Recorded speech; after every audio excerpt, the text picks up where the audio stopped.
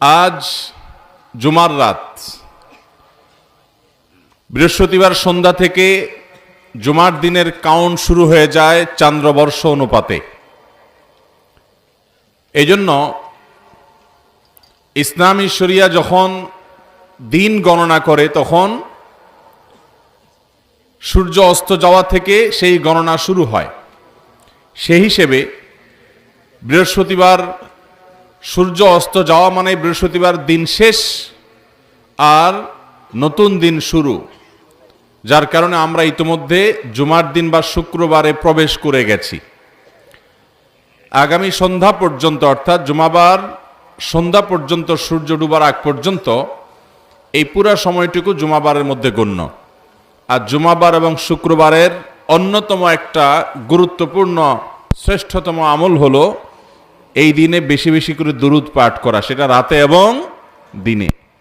আল্লাহ রাব্বুল আলামিন আমাদেরকে জীবনের প্রত্যেক জুমার দিনে, প্রতি সপ্তাহে শুক্রবারে এই মহা গুরুত্বপূর্ণ আমলটি করার তৌফিক দান করুন।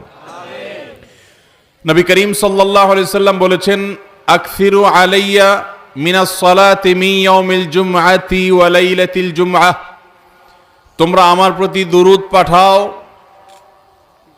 আমার প্রতি তোমরা দুরূদ পাঠাও জুমার রাতে এবং জুমার দিনে। ফাইন্না সালাতাকুম মা'রুদাতুন আলাই, কারণ তোমাদের যে দুরূদ পাঠ, এই দুরূদ পাঠের আমলটি আল্লাহর ফেরেশতাদের মাধ্যমে আমার সামনে নিবেদন করা হয়, উপস্থাপন করা হয়।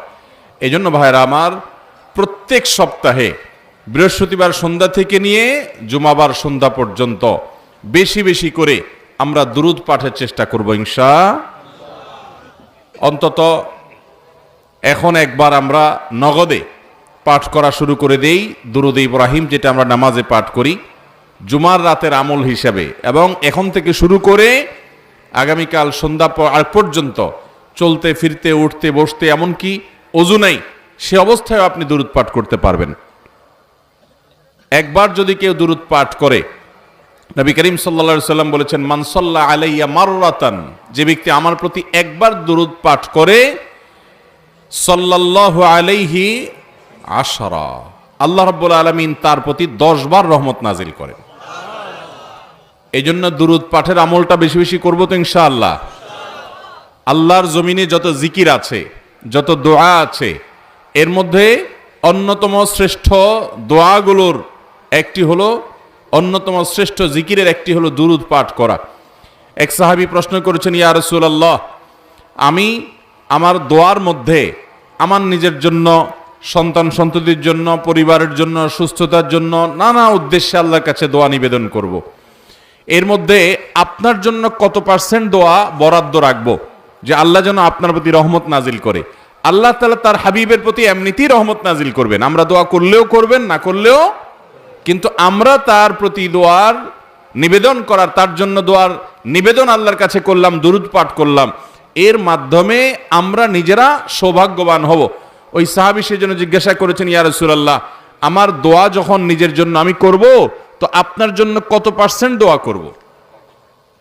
3 ভাগের 1 ভাগ, 4 ভাগের 1 ভাগ, অর্ধেক, কি পরিমাণ? সেই সাহাবী বারবার করে বিভিন্ন পার্সেন্টেজের কথা বলছেন। নবী সাল্লাল্লাহু আলাইহি সাল্লাম সেটাকে আরো বৃদ্ধি করার দিকে ইঙ্গিত দিচ্ছিলেন।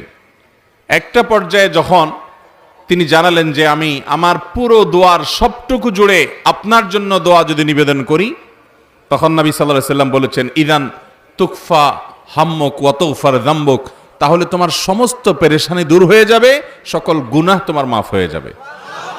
দুনিয়াতে আমাদের পেরেশানি দূর, আখিরাতে গুনাহ মাফ, আর কোনো সমস্যা থাকতে পারে? এজন্য মুসলমান কখনো দুরূদের আমল ছাড়বে। এখন আমরা দুরূদ পড়ি, ওই মিলাদের অনুষ্ঠান করলে তখন ইয়া নবী সালাম আলাইকা সবাই মিলে, আর এছাড়া দুরূদ পাঠের আমলটা আমাদের দ্বারা হয় না।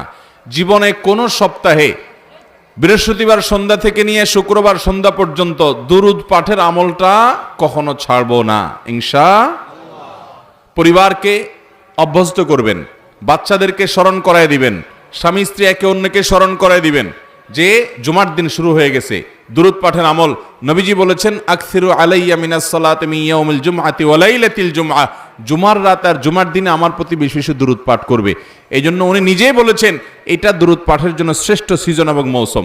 চেষ্টা করব তো ইনশাআল্লাহ, যেখানে থাকি যে অবস্থায় থাকি, জুমার দিন আসবে দুরূদ পাঠের আমলটা ভুলবো, চলতে ফিরতে উঠতে বসতে শুয়ে শুয়ে, যেহেতু জুমার দিন চলছে, জুমার রাত চলছে, আমাদের দুরূদ অব্যাহত থাকবে। আল্লাহ আমাদের সবাইকে তৌফিক দান করুন। এখন নগদ একবার পড়ে ফেলি আসুন দুরূদ ইব্রাহিম।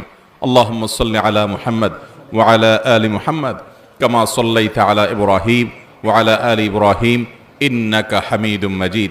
আল্লাহুম্মা বারিক আলা মুহাম্মদ ওয়া আলা আলি মুহাম্মদ কামা বারাকতা আলা ইব্রাহিম ওয়া আলা আলি ইব্রাহিম ইন্নাকা হামিদুম মাজিদ। এই আমলটা সবসময় করবো তো ইনশাআল্লাহ। ভাইরা আমার, আপনি আর 2-4 জন মানুষকে শিখাই দিবেন, জীবনে যেন কেউ না ছাড়ে। তাহলে তিনি যতদিন এই আমলটা করতে থাকবেন, ইলমুন ইউনতাফাউ বিহি, এই হাদিসের আলোকে আপনার ইলম থেকে সে উপকৃত হবে, আল্লাহ তাআলা তাকে তো সওয়াব দিবেনই, আপনি যে শিখাই দিলেন সেজন্য আপনিও সওয়াব পাবেন। সবাই চেষ্টা করবো তো ইনশাআল্লাহ।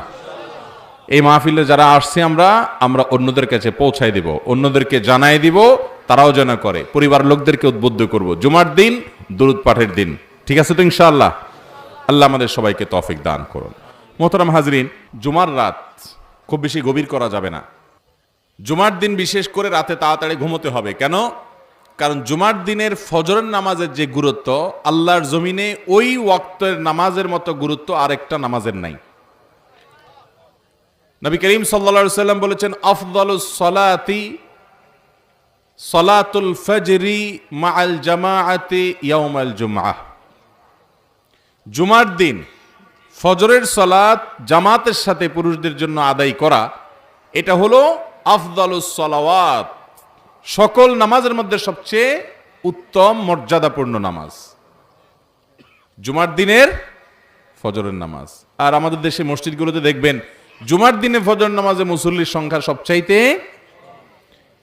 কারণ হলো জুমার দিন সকালে বাচ্চাদের স্কুল নাই, মাদ্রাসা নাই, অফিস আদালত নাই, দোকানপাট ব্যবসা বাণিজ্য অনেকেরই নাই, যার কারণে বৃহস্পতিবার গভীর রাত পর্যন্ত টক শো, মিষ্টি শো, নাটক, সিনেমা, আজেবাজে জিনিস দেখে সময় নষ্ট করে আমরা শুইতে শুইতে রাত 12টা-1টা বাজাই দেই, যার কারণে ফজরের নামাজের জামাত বেশিরভাগ লোকের নসিব হয় না।